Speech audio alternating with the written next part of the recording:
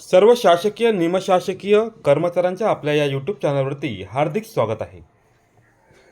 आज आपण शासकीय कर्मचाऱ्यांसाठी अत्यंत महत्त्वाची ब्रेकिंग न्यूज घेऊन आलेलो आहोत। आनंदाची बातमी आहे, सरकारी कर्मचाऱ्यांना लागू झाली आहे जुनी पेन्शन योजना। नेमके कोणते सरकारी अधिकारी आहेत, कर्मचारी आहेत, कोणाला ही पेन्शन लागू झालेली आहे? NPS रद्द करून पुन्हा एकदा जुनी पेन्शन या कर्मचाऱ्यांना लागू करण्यात आलेली आहे।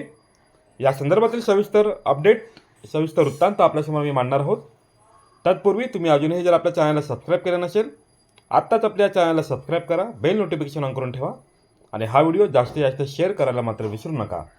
इतर सरकारी कर्मचाऱ्यांनी सुद्धा आपल्या चॅनलशी कनेक्टेड राहावं, यासाठी हा व्हिडिओ जास्तीत जास्त आपल्या बांधवांपर्यंत शेअर करा। सुरू करूया आपला आजचा हा व्हिडिओ।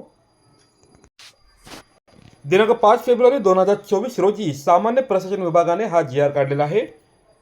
भाप्रसे अधिकाऱ्यांच्या प्रकरणी जुनी सेवानिवृत्ती वेतन योजना, भविष्य निर्वाह निधी योजना आणि मृत्यूनी सेवानिवृत्त उपदान योजना लागू केल्याने राष्ट्रीय निवृत्ती वेतन प्रणालीचे सभासदत्व संपुष्टात आणून त्यातील जी काही रक्कम आहे ती भविष्य निर्वाह निधी खात्यामध्ये जमा करण्याची कार्यपद्धती विहित करण्यात आलेली आहे। यापूर्वी जे भाप्रसे अधिकारी आहेत त्यांना जुनी पेन्शन योजना लागू करण्यात आलेली आहे। आता ती योजना ॲक्च्युली कशा प्रकारे त्याची अंमलबजावणी करायची या संदर्भातील महत्त्वाची कार्यपद्धती विहित केलेली आहे। सामान्य प्रशासन विभागाचे परिपत्रक आहे, आपण बघत आहोत। केंद्र शासनाच्या प्रचलित धोरणानुसार दिनांक 1 जानेवारी 2004 आणि त्यानंतर शासन सेवेत रुजू झालेल्या अधिकारी कर्मचारी यांना नवीन राष्ट्रीय निवृत्ती वेतन प्रणाली लागू करण्यात आली आहे। परंतु केंद्र शासनाचा संदर्भाधीन क्रमांक 1 येथील कार्यालयीन ज्ञापना अन्वये खालील प्रमाणे निर्णय घेण्यात आलेला आहे। निर्णय बघूया आपण।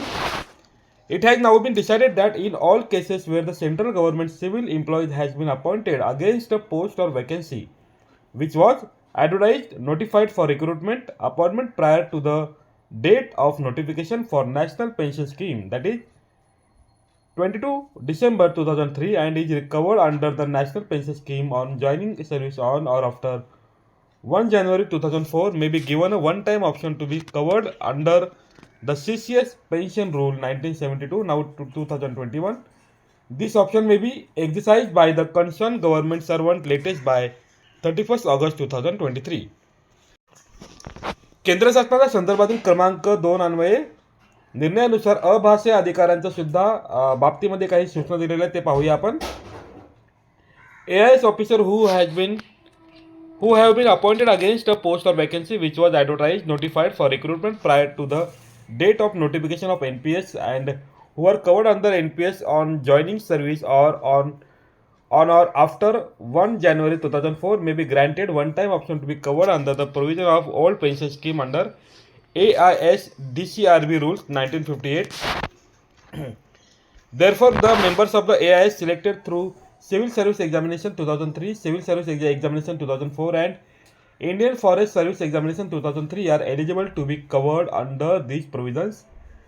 The option exercised by the members of services in accordance with these instructions shall be placed before the government of the state on which cadre the member of service is born. This option may be exercised by the concerned members of service latest by 30 November 2023. The members of service who are eligible to exercise the option in accordance with these instructions but who do not exercise this option by the stipulated date shall continue to be covered by NPS. The option once exercised shall be final. In case the member of service fulfill the condition for coverage under AIS rules 1958 in accordance with these instruction, necessary order in this regard shall be issued latest by 31st January 2024. The NPS account of such member or of service shall consequently be closed with effect from 31st March 2024. थोडक्यात भाप्रसे जे अधिकारी आहेत त्यांना जुनी pension योजना लागू केलेली आहे आणि त्या बाबतीमध्ये राज्य शासनाबाबत निर्णय घेण्यात आलेल्या भाप्रसे अधिकाऱ्यांच्या प्रकरणी राष्ट्रीय निवृत्ती वेतन योजनेचे सभासदत्व संपुष्टात आणून त्यांच्या प्राण खात्यामध्ये जी काही रक्कम आहे ती आता अधिकाऱ्यांच्या अंशदान व त्यावरील लाभाची रक्कम त्यांचे जे भविष्य निर्वाह निधी खाते आहे त्यात जमा करण्याची कार्यपद्धती त्यांनी सांगितलेली आहे। आपल्या सर्वांना कल्पना असेल, नुकतंच वित्त विभागाने एक परिपत्रक जाहीर केलेलं होतं। जाहिरात 2005 पूर्वी आली होती, मात्र नियुक्ती जी आहे ती 2005 नंतर झालेली आहे। अशा कर्मचाऱ्यांसाठी जुनी पेन्शन योजना लागू करायचा निर्णय शासनाने घेतला आहे। केंद्र शासनाने सुद्धा हा निर्णय घेतलेला आहे। त्या अनुषंगाने आता जे भाप्रसे कर्मचारी आहेत त्यांना सुद्धा या ठिकाणी ही योजना लागू करण्यात आलेली आहे। दिनांक 1 जानेवारी 2004 रोजी व त्यानंतर भाप्रसेमध्ये रुजू झालेल्या ज्या अधिकाऱ्यांना जुनी पेन्शन योजना आणि मृत्यूंनी सेवानिवृत्ती उपदान योजनेच्या तरतुदी लागू करण्यात आलेल्या आहेत अशा कर्मचाऱ्यांना आता राष्ट्रीय निवृत्तीवेतन प्रणालीच्या संचित निधीचा परतावा मंजूर करण्यात आलेला आहे. राष्ट्रीय निवृत्ती वेतनाच्या खात्यातील रकमेचा परतावा मिळण्याची मागणी करण्यात आलेली आहे. आहरण व संवितरण अधिकारी यांनी संबंधित भाप्राच्या अधिकाऱ्यास जुनी सेवानिवृत्ती वेतन योजना आणि मृत्यूनी सेवानिवृत्ती उपदान योजना लागू झाल्या बाबतीमध्ये स्वयंस्पष्ट आदेशाबाबतची प्रत भाप्राच्या अधिकाऱ्यांच्या राष्ट्रीय निवृत्ती वेतन प्रणालीच्या खात्यावरील अंशदान, नियुक्त्यांचे अंशदान आणि त्यावरील लाभ याच्या संपूर्ण तपशिलासह भाप्राच्या अधिकाऱ्याचे राष्ट्रीय निवृत्ती वेतन प्रणालीचे सभासदत्व संपुष्टात आणण्याचा प्रस्ताव कोषागार अधिकाऱ्याकडे सादर केलेला आहे आणि त्याची रकमेची मागणी करावी. संबंधित कोषागार अधिकाऱ्यांनी अशा रकमेबाबत कोषागारातील अभिलेखांनी NSDLच्या संकेतस्थळावरील रक्कम पडताळणी करायची आहे आणि या प्रकरणामध्ये नियुक्त्यांचे अंशदान व त्यावरील लाभ भाप्राच्या अधिकाऱ्यास देय ठरत नाहीत. केवळ भाप्राच्या अधिकाऱ्यांचे स्वतःचे अंशदान आणि त्यावरील लाभ अनुदेय ठरतात याची गोष्ट लक्षात ठेवावी. भाप्राच्या अधिकाऱ्याच्या प्राण क्रमांकावर जी काही रक्कम आहे ती रक्कम नंतर केंद्रीय अभिलेखे देखभाल अभिकरण यांच्याकडे ERM सुविधाद्वारे परत मागणी करावी. राज्य अभिलेख देखभाल अभिकरणाने संचित निधी मागवण्याच्या प्रस्तावास मंजुरी द्यावी. कोषागार अधिकारी यांनी प्राप्त रकमांचे 2 भाग करावेत. यातील प्रथम भाग म्हणजे भाप्राच्या अधिकाऱ्यांचे स्वतःचे अंशदान व दुसरा भाग म्हणजे शासनाचे अंशदान आहे व त्यावरील लाभ आहे. तर भाप्राच्या अधिकाऱ्यांचे स्वतःचे अंशदान व त्यावरील लाभ कोषागार अधिकारी यांनी मुख्य लेखा 8009 राज्य भविष्य निर्वाह निधी उपशीर्षे 104 अखिल भारतीय सेवा भविष्य निर्वाह निधी मध्ये चलनाने जमा करण्यासाठी आहरण व संवितरण अधिकारी यांच्याकडे जमा करावीत. थोडक्यात आपण बघतो या ठिकाणी 9, 10, 11 हे जे काही मुद्दे आहेत ही थोडक्यात कार्यप्रणाली आहे. आतापर्यंत जे भाप्राचे कर्मचारी आहेत त्यांना आता NPS योजना होती, मात्र त्यांना आता जुनी पेन्शन योजना लागू केलेली आहे. अंशदान जे जमा झालेलं आहे NPS खात्यावरती NSDL वरती, ते अंशदान कशा प्रकारे या ठिकाणी पुन्हा एकदा भविष्य निर्वाह निधीमध्ये जमा करावे याची इन्स्ट्रक्शन दिलेली आहेत. सूचना क्रमांक 9 आपण बघूया. भाप्राच्या अधिकाऱ्यांच्या भविष्य निर्वाह निधी खात्यात सदरची रक्कम जमा करण्यासाठी महालेखापाल कार्यालयास प्रस्ताव सादर करायचा आहे आणि महालेखापाल कार्यालय सदर रक्कम जी आहे ती चलनाच्या आधारे भाप्राच्या अधिकाऱ्याच्या खात्यावरती जमा करेल.